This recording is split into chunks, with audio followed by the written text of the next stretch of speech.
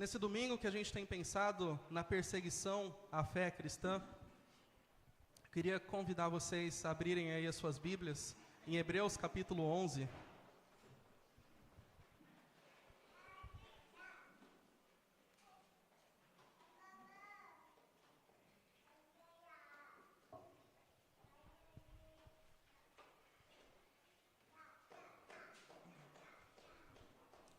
A carta aos Hebreus, capítulo 11.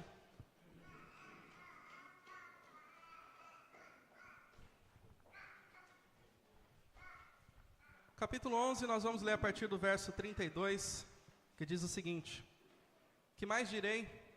Não tenho tempo para falar de Gideão, Baraque, Sansão, Jefté, Davi, Samuel e os profetas, os quais pela fé conquistaram reinos, praticaram a justiça, alcançaram o cumprimento de promessas, fecharam a boca de leões, apagaram o poder do fogo e escaparam do fio da espada.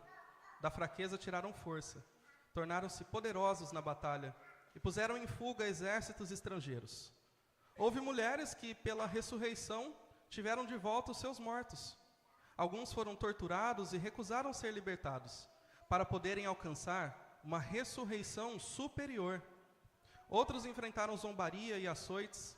Outros ainda foram acorrentados e colocados na prisão, apedrejados, cerrados ao meio, postos à prova, mortos ao fio da espada. Andaram errantes, vestidos de pele de ovelhas e de cabras, necessitados, afligidos e maltratados. O mundo não era digno deles. Vagaram pelos desertos e montes, pelas cavernas e grutas. Todos estes receberam bom testemunho por meio da fé. No entanto, nenhum deles recebeu o que havia sido prometido. Deus havia planejado algo melhor para nós, para que conosco fossem eles aperfeiçoados. Até aqui, por enquanto. Irmãos, a carta aos Hebreus, ela é bastante conhecida, porque ela apresenta a superioridade de Cristo em relação a todos os elementos da fé judaica. Então, se vocês forem lendo a carta, a cada capítulo, Cristo vai sendo comparado com algum elemento da fé judaica e sendo colocado como superior, certo? Ela foi escrita dessa forma para um grupo de judeus convertidos para o cristianismo, que aparentemente eles estavam pensando em abandonar a fé cristã por causa de algumas dificuldades que eles estavam vivendo depois da conversão deles. Então eles estavam pensando em retomar para a fé judaica que eles tinham antes. Só que o grande apelo do escritor dessa carta, que a gente não conhece o escritor, a autoria de quem é que os irmãos, eles deveriam ser perseverantes na fé. E aí, com essa perseverança, eles iam imitar os exemplos dos próprios antepassados deles. É sobre isso que o capítulo 11 trata, né? Ele vai citar aqui a história de cada um desses antepassados da fé, que foram exemplos de fé. A gente até conhece eles como os heróis da fé. E aí, eles que eram judeus conheciam muito bem a história deles, né? Abraão, Isaac, Jacó, José, Moisés, Raabe, entre tantos outros que ficaram conhecidos nessa lista aqui. Mas depois de citar a história de cada um, o escritor vai dizer no verso 32 que ele não teria tempo para tratar de todos eles, mas que ainda tinham tantos outros personagens para comentar sobre a fé deles, sobre os exemplos que eles deram, né? Por isso que ele começa, a partir do verso 33, que nós lemos aqui, a citar de forma genérica as atitudes desses irmãos do passado. O que eles fizeram? Que demonstraram um exemplo de fé e de perseverança, que servia para aqueles irmãos hebreus aprenderem também na época deles. Bom, no final do verso 33, por exemplo, a gente lê sobre aqueles que fecharam a boca de leões. Depois, no verso 34, tem aqueles que apagaram o poder do fogo e escaparam do fio da espada. E aí, logo em seguida, no verso 35, a gente vê sobre mulheres que, pela ressurreição, tiveram de volta os seus mortos. Talvez isso tenha feito vocês lembrarem das histórias de Daniel na cova dos leões, ou dos seus amigos lá na fornalha ardente, ou daquela mulher sunamita que teve o filho ressuscitado pelo profeta Elias. Pode ser que o escritor estivesse realmente pensando nesses personagens, ou até mesmo em outras pessoas que passaram por experiências parecidas de fé, que levaram a uma espécie de livramento. Acontece, irmãos, que o mesmo versículo 35 que a gente leu aqui, com livramentos, ele começa a ganhar um tom diferente na segunda metade. ele vai citar alguns que, pela mesma fé dos primeiros, eles foram torturados e recusaram ser libertos. E aí a lista continua no verso 36, mostrando aqueles que enfrentaram zombarias, açoites, outros ainda foram acorrentados e colocados na prisão, apedrejados, cerrados ao meio, postos à prova, mortos ao fio da espada. Vejam só, enquanto alguns foram, pela fé, livrados do fio da espada, outros, pela mesma fé, foram mortos ao fio da espada. Enquanto algumas mulheres receberam de volta os seus mortos, outros recusaram a ser libertados e morreram, pela mesma fé. Mas existe uma diferença aqui. Voltem aí para o final do verso 35, e olha só qual que era a motivação desses irmãos que recusaram ser libertos e morreram. Eles esperavam alcançar uma ressurreição superior. A comparação aqui é com aqueles que ressuscitaram igual o filho da sunamita, que a gente acabou de citar. Esse filho da sunamita, ele foi ressuscitado pelo profeta Eliseu, ele voltou a viver, né? Mas ele continuou sujeito aos problemas do pecado, os problemas desse mundo caído, e um dia ele voltou a morrer, acabou morrendo de novo, né? Só que esses que se recusaram a essa proposta tentadora de sair da prisão, caso eles negassem a fé, e voltarem à vida, entre aspas, eles entendiam que existia uma ressurreição superior, esperando por eles, fora desse mundo.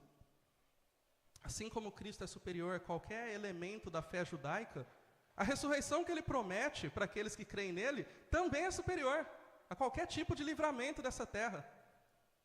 Então, irmãos, ao contrário do que pode parecer para algumas pessoas, essas experiências de perseguição e morte, elas não são erros de percurso ou falhas na fé desses irmãos. Pelo contrário, elas são situações que fazem parte da jornada cristã.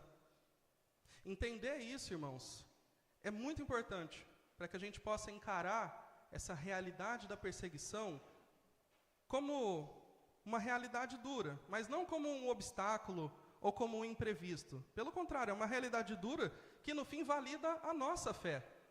Essas perseguições validam a fé de um cristão. Sejam essas que custam a própria vida, sejam as perseguições num contexto de liberdade religiosa que nós vivemos aqui. Elas validam a nossa fé, irmãos. O versículo 38 do nosso texto, ele diz que o mundo não era digno desses irmãos. Jesus, lá em João 3,19, ele fala dele mesmo, quando ele diz que a luz veio ao mundo, mas os homens amaram mais as trevas do que a luz. Por quê? Porque as suas obras eram más. O mundo não é digno, o mundo não merece a companhia daqueles que seguem a Cristo de forma fiel, porque esses seguidores estão dispostos a testemunhar da luz que o mundo rejeitou pessoalmente. É por isso que existe esse ódio institucionalizado contra os cristãos. Amar a fé cristã significa odiar as trevas, odiar as obras más. E isso é caro demais para quem é escravo do pecado, para quem vive em função da sua própria carne e quem ainda não foi transformado pelo Espírito Santo. Foi por causa desse ódio do mundo, né, que esses irmãos viveram a fé deles como marginalizados. Marginalizados, como o texto diz, em desertos, montes, cavernas, grutas. Mas eles viveram assim pela fé, num Salvador que também foi marginalizado quando esteve aqui nesse mundo. E ele experimentou a própria morte, antes de qualquer um deles. Só que existe uma diferença aqui, irmãos. A morte de Cristo foi, sim, uma manifestação do castigo de Deus pelos nossos pecados. Mas a morte dos cristãos perseguidos não é a mesma coisa, né? Por mais dolorosa que seja, ela não é um castigo. Ela é vista como um privilégio de participar do sofrimento de Cristo. Os próprios apóstolos, lá no livro de Atos, vocês lembram quando eles eram presos? E Lucas registra o versículo dizendo que eles consideravam um privilégio serem dignos de sofrerem em nome de Jesus Cristo. O sofrimento, por mais doloroso que seja, não é um castigo da ira de Deus, como foi sobre Jesus. É um privilégio para aqueles que compartilham, que participam do sofrimento de Cristo. E a tradição, inclusive, diz que cada um desses apóstolos, né, praticamente todos, se não todos, eles também terminaram a vida deles desfrutando desse privilégio, sendo executados à morte por causa da fé em Jesus Cristo. Então, pensa nisso, irmãos. Se Jesus, que era inocente, sofreu o que sofreu, mesmo sendo desamparado na cruz, ele não foi abandonado por Deus, quanto mais os nossos irmãos que sofrem, que não são inocentes como Jesus, são pecadores como todos, mas isso mostra que isso não é, a perseguição que eles sofrem, irmãos, não é um sinal de abandono de Deus, porque não foi assim nem para Jesus, e também não é para os seus seguidores. Mas isso é, na verdade, uma participação na experiência que vem antes da glória, de uma promessa que ela não vai se cumprir nessa vida. Então, esse tipo de abordagem, irmãos, ela não se resume só a aprender a resistir à perseguição, ao sofrimento. Não é só isso. Talvez a gente pense, né? A gente precisa aprender a resistir o sofrimento porque Jesus manda a gente ser perseverante, ser alegre. Mas não é só isso, irmãos. É enxergar o sofrimento como uma ferramenta de crescimento espiritual e de revelação do caráter de Deus também. Não é só um exercício de empatia, como quem diz, olha só, você está sofrendo, meu irmão? Está sofrendo? Dificuldade, perseguição? Pense em Jesus, que sofreu muito mais do que você, como se isso fosse suficiente para aliviar as dores de quem acabou de ser torturado ou de quem acabou de perder algum parente, né? Meditar no sofrimento de Cristo não é um exercício de empatia, mas é uma forma aqui de reconhecer a origem e o propósito do sofrimento cristão. Por isso que o cristão ele pode encontrar alegria em meio ao sofrimento. Não por causa do sofrimento, mas em meio ao sofrimento. A alegria, ela não vem desse sofrimento em si, mas é da fidelidade de Deus. Por isso, irmãos, que uma coisa bem curiosa acontece, e a gente pode comprovar isso até mesmo nesses países perseguidos. Onde vocês acham que existe um crescimento da fé maior?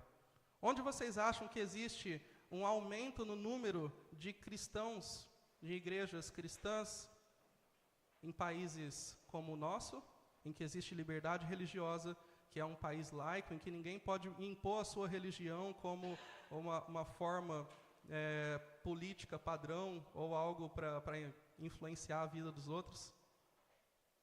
Ou será que isso acontece mais em países de contexto de perseguição? Acontece em países com contexto de perseguição. Existe um crescimento proporcional maior nesses países do número de cristãos. E sabe que isso é algo que a Bíblia já mostrava que era um padrão, porque no livro de Atos, conforme existia perseguição, existia também crescimento da fé. Então, a gente sabe que a igreja cresce porque existe um testemunho verdadeiro. Onde existe um testemunho verdadeiro, a igreja cresce mais. A fé cristã, ela só pode ser vantajosa se aquilo que ela oferece é maior do que aquilo que ela tira. Não é? Senão ninguém ia achar vantajoso. Como assim eu vou abraçar uma fé que oferece alguma coisa menor do que aquilo que ela tira? Não, eu prefiro continuar como eu estou. Mas a fé cristã não é assim, irmãos. A fé cristã, ela mostra que, na verdade, ela convence as pessoas de que vale a pena perder a própria vida em nome de uma ressurreição superior. E elas não são convencidas igual os fiéis de outras religiões. Tem outras religiões que os fiéis entregam a própria vida em nome de uma promessa, que eles julgam superiores. Isso acontece, não só no cristianismo. Mas as promessas que essas outras religiões têm são promessas vazias, porque eles não têm como comprovar que essa promessa deles é verdadeira, é real, que pode ser provada. Mas a nossa fé, irmãos, ela pode ser comprovada. Porque mesmo nos tempos bíblicos, Jesus Cristo é aquele que já percorreu primeiro essa jornada de perseguição, de morte, mas ele ressuscitou. E ele ressuscitou e apareceu para centenas de testemunhas ali, que cada um podia comprovar que eu vi Jesus Cristo. Paulo escreve aos Coríntios mostrando que a ressurreição de Cristo é real, porque ele apareceu para centenas de testemunhas, e qualquer coríntio que quisesse chegar e perguntar para esses irmãos, escuta, é verdade que Jesus ressuscitou mesmo? Eles iam dizer que sim. E nós não temos registro de nenhum que tenha negado isso. Os próprios apóstolos preferiram entregar a vida deles, serem mortos, do que dizer que tudo aquilo foi só uma mentira coletiva. É verdade que hoje, irmãos, a gente vive num contexto muito mais tranquilo para a nossa fé do que nesses aí onde os irmãos correm risco de vida só porque eles são cristãos. Às vezes a gente se esquece que essa tranquilidade que a gente vive hoje não é normal do cristianismo. Esse não é o nosso habitat natural. Nosso habitat natural, sabe onde é, irmãos?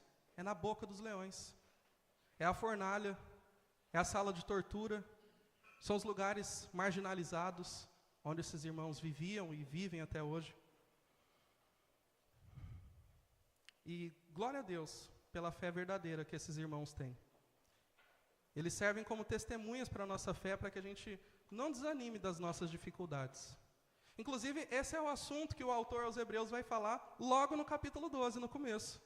Ele vai mostrar que esses irmãos, eles servem como testemunhas para aqueles que não estão enfrentando a perseguição a ponto de morrerem. Vejam só, Hebreus capítulo 12, a partir do verso 1.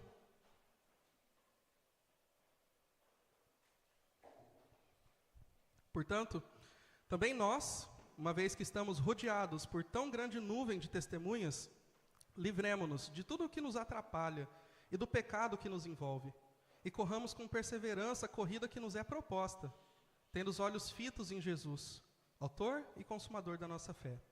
Ele, pela alegria que lhe fora proposta, suportou a cruz, desprezando a vergonha, e assentou-se à direita do trono de Deus. Pensem bem naquele que suportou tal oposição dos pecadores contra si mesmo, para que vocês não se cansem e nem se desanimem. Na luta contra o pecado, vocês ainda não resistiram até o ponto de derramar o próprio sangue. Vejam só, irmãos, como que o escritor agora está se dirigindo para pessoas que, embora estejam passando por dificuldades, não chegaram a ponto de derramar o próprio sangue, como esses irmãos que a gente acabou de ler, e como esses que a gente ouviu também nos relatos. Essa é uma realidade muito mais parecida com a nossa, né? A gente pode se identificar muito mais com os irmãos do começo do capítulo 12 do que com os do final do capítulo 11. Esse nosso contexto é um contexto de relativa liberdade. Embora a gente tenha as nossas lutas, né, como cristãos, o cristianismo nunca foi algo que ameaçou a nossa integridade física aqui no Brasil. E alguns poderiam até pensar que por causa disso a gente não tem nada a ver com esse contexto de perseguição.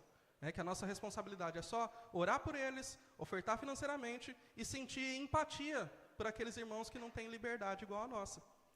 Mas vejam só como é que o escritor da carta está tratando esses irmãos que entregaram a vida pela fé. O verso 1 diz que eles são uma grande nuvem de quê? Testemunhas. Mesmo que eles estivessem mortos, a mensagem deles ainda era viva. E aí, isso tinha um impacto muito grande no modo como esses irmãos que estavam vivos deveriam viver. O versículo continua dizendo que, diante do testemunho de fé desses irmãos que foram perseguidos, eles deveriam viver de que forma? Livres de tudo aquilo que os atrapalhava e do pecado que os envolvia, para que eles pudessem ter perseverança. Notem isso, irmãos. Se existem cristãos nesse mundo que suportam a perseguição com perseverança, é porque eles não estão sendo atrapalhados por coisas desse mundo. E porque eles não estão flertando com o pecado. Vocês viram que é importante se livrar daquilo que atrapalha e do pecado que assedia, para que tenha perseverança. Esses irmãos que vivem com perseverança até a morte, eles se livraram dessas duas coisas. E é importante que a gente se livre também, tendo esses irmãos como inspiração. Sabe, irmãos, não dá para se distrair muito com coisas que atrapalham a nossa fé, quando você está sendo interrogado por uma autoridade, com uma arma na mão. Infelizmente, por não ter esse tipo de pressão, de perseguição, a gente se distrai com uma série de coisas desse mundo aqui. E isso atrapalha a nossa fé. E isso diminui a nossa perseverança. Mas a gente, então, que vive fora desse habitat natural do cristão, a gente não é um povo marginalizado na sociedade. Não aqui no Brasil. A gente é o centro das atenções, se for parar para pensar. Tanto para o bem quanto para o mal. Os cristãos evangélicos, né? Você pode pensar em influenciadores na internet, evangélicos, com milhões de seguidores, dizendo aquilo que eles querem. Não tem problema nenhum. Você pode pensar que o livro mais vendido no ano passado aqui no Brasil é cristão. Mesmo que eu tenha as minhas reservas com esse livro, mas é um livro cristão. E ninguém impediu a publicação e as vendas dele. E existem outros livros cristãos parecidos nessa mesma lista de livros mais vendidos. Os evangélicos, irmãos, daqui, têm espaço na mídia, na política, na vida pública, e com certeza existe um lado bom nisso, essa participação, essa representatividade cristã nesse mundo, existe um lado bom. Mas o que eu quero mostrar é que, infelizmente, esse mesmo espaço que se dá, essa mesma liberdade para os cristãos, tem sido motivo para distrair a gente do nosso foco e perpetuar essa nossa deficiência em lidar com qualquer tipo de dificuldade ou perseguição. A gente fica igual aquelas crianças que não desenvolvem seus anticorpos, e aí qualquer doença que pegam pode ser muito grave quando se torna um adulto.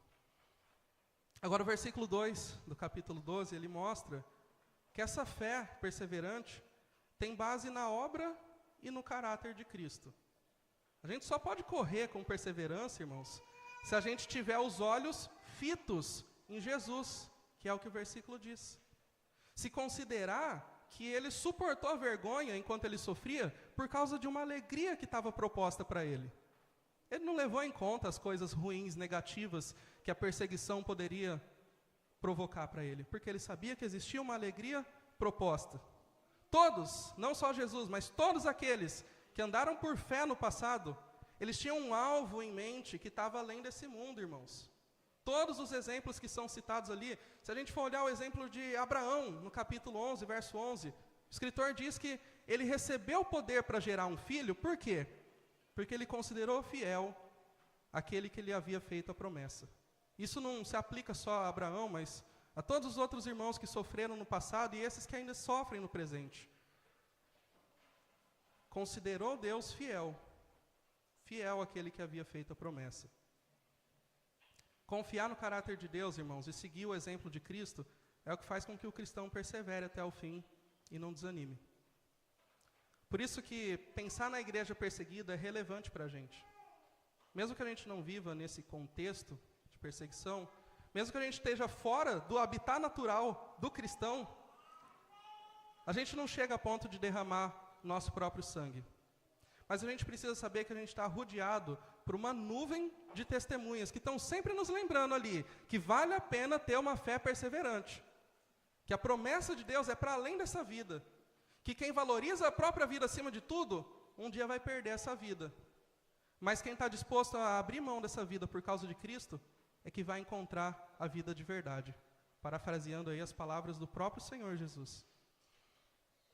Mesmo que a nossa cultura favoreça uma fé deficiente, que desanima na primeira dificuldade, a gente precisa se juntar a esses irmãos e olhar juntos para Cristo, que tinha uma alegria proposta para ele depois da cruz, e tem uma alegria proposta para nós também, no final dessa carreira cristã. Talvez o nosso testemunho não fale tão alto numa cultura em que qualquer um que diz que é cristão e frequenta igreja sem nenhum tipo de risco. Talvez não fale tão alto. Talvez a gente leve décadas para alcançar a mesma fé profunda de um irmão de alguns meses de conversão em países perseguidos. Mas nós temos uma coisa em comum com esses irmãos. A gente precisa correr a mesma corrida, olhar para o mesmo Salvador, abandonar tudo aquilo que atrapalha a gente e odiar o pecado que nos assedia. A corrida é a mesma. A gente precisa correr para essa corrida, lembrando que Deus não nos abandonou. Não abandonou a nós, nas nossas dificuldades, não abandonou esses irmãos nas suas dificuldades. Mesmo aqueles que morrem, eles não são abandonados por Deus. Isso é algo que a gente precisa ter convicção. Porque Deus tem prometido uma ressurreição superior para depois dessa vida. Aqueles irmãos que perdem a vida nesses países sabem disso. E nós, sabemos que nós temos uma promessa de uma ressurreição superior, melhor do que qualquer livramento desse mundo. Portanto, irmãos, vamos lembrar da nossa responsabilidade de orar por esses irmãos, de contribuir com missões como essa da Portas Abertas, que apoiam a igreja em contexto de perseguição, de usar a nossa liberdade para testemunhar da fé, com um ministério sadio, com uma vida transformada, com alegria em meio ao sofrimento, sabendo quem é que aguarda a gente na linha de chegada. Que Deus nos ajude, irmãos, não só a suportar os sofrimentos, mas a encontrar neles um caminho para uma fé mais profunda e para um testemunho mais poderoso do Evangelho. Que Deus abençoe a nós possamos refletir nessas palavras. Amém.